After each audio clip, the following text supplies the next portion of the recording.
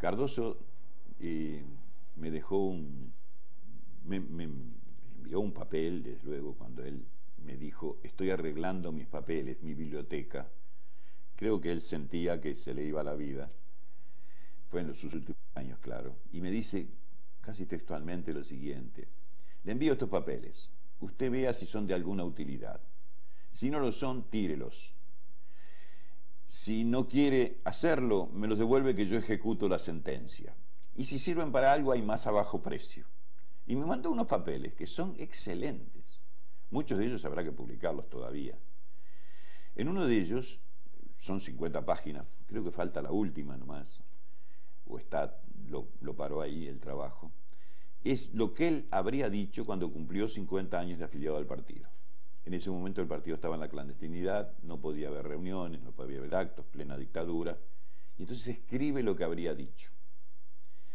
En un pasaje de ese escrito, donde transmite muchas experiencias interesantes, dice: cuando se le plantea a alguien qué hubiera hecho si volvieran a hacer, etc., todos dicen, bueno, habría hecho lo mismo, más o menos satisfechos. Dice: yo, sin embargo, insistiría en algunas cosas. En el partido suele haber gente que viene y se va. Si cambian de ideas y la vida los lleva por razones de interés, etcétera, a burguesarse, bueno, cambian, eso es natural que se vayan. Pero muchas veces la gente se va del partido y sigue siendo socialista, o dice que sigue siéndolo. Y explica: tengo que decirle a los compañeros que, analizando muchos de esas personas que se fueron y su actitud posterior, etcétera, tengo la impresión de que se fueron porque no hemos discutido suficientemente los temas que motivaron su alejamiento. Y esto es interesante, porque yo creo que se da eso a veces en los partidos. Pienso que a veces en lo inmediato no es posible hacer la discusión, pero pasado el tiempo, si citamos a compañeros que se han ido y discutimos cuáles son los temas, no hay por qué laudar ni decir tenía razón fulano o mengano, pero estoy seguro que en la perspectiva histórica, el sentido de la unidad, el sentido del cambio profundo, el sentido de la revolución que necesita el mundo, en eso muchos coincidimos con algunos que se han ido. Y esta es una de las experiencias que él deja en estos escritos y que creo que son muy útiles, serían muy útiles en el analizar. Muchas veces hay decisiones que es por no discutir suficientemente.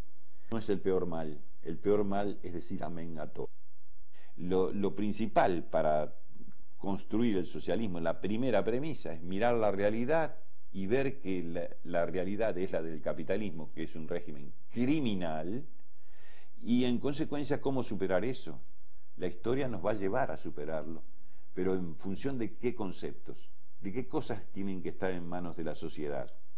Yo creo que en eso coincidimos con los cristianos primitivos. Frugoni citaba a San Juan Crisóstomo y San Ambrosio, creo, en su primera profesión, una de las primeras charlas sobre el socialismo, que creo que fue en el Ateneo en el año 31, donde él habla del socialismo, explica los antecedentes, los antepasados del socialismo, y empieza por los cristianos incluso, sin perjuicio de otros antecedentes que los hay. Con los teólogos de la liberación, sin ninguna duda, hay una gran coincidencia. Ellos dicen, hay que mirar el mundo desde el ángulo de la pobreza. Engels decía, no se mira el mundo de la misma manera desde un palacio que desde una choza. Y estas son cosas que coinciden. Y el sentido humanista y de solidaridad con los demás no va por el lado de la caridad, va por el lado de la organización social que haga que la riqueza esté al servicio de las mayorías, de todos, mejor dicho. Entonces el socialismo, Frugoni decía, es un movimiento de trabajadores, en defensa y por la elevación del pueblo trabajador, que guiado por la ciencia y por los aportes científicos, etcétera, tiende a formar ¿qué cosa? Una sociedad de iguales, basada en la libertad y en la distribución justa de los medios de producción y de cambio. Y estos son los rumbos del socialismo. Un ex policía, Calache, publica un libro sobre el infierno de las torturas, etcétera, los lugares de tortura, y cuenta, entre otras cosas, que él, que fue integrante de la JUP, organización que llevaba revólveres y manifiestos directamente del servicio de inteligencia de la jefatura para los barrios, etcétera, que intervenía, apaleaba en los liceos, intervenía, ponía bombas, etcétera. En determinado momento están castigando a un dirigente sindical. Y lo golpean, y este hombre contesta, ¿usted qué es? Yo soy socialista y seré socialista hasta el último día de mi vida. Y lo sigue golpeando y lo siguen torturando y en determinado momento él le saca la capucha y el torturador y le dice a los demás, lo que lo estaban golpeando, vean la cara de este hombre y por lo menos sepan que tienen que ser como él cuando se ven en una situación igual. Porque lo había llegado a conmover el coraje de... Bueno, era un militante socialista, Eduardo Fernández, que había sido apresado con una carta de José Pedro Cardoso de presentación a Brizola, me acuerdo, en la frontera cuando se iba.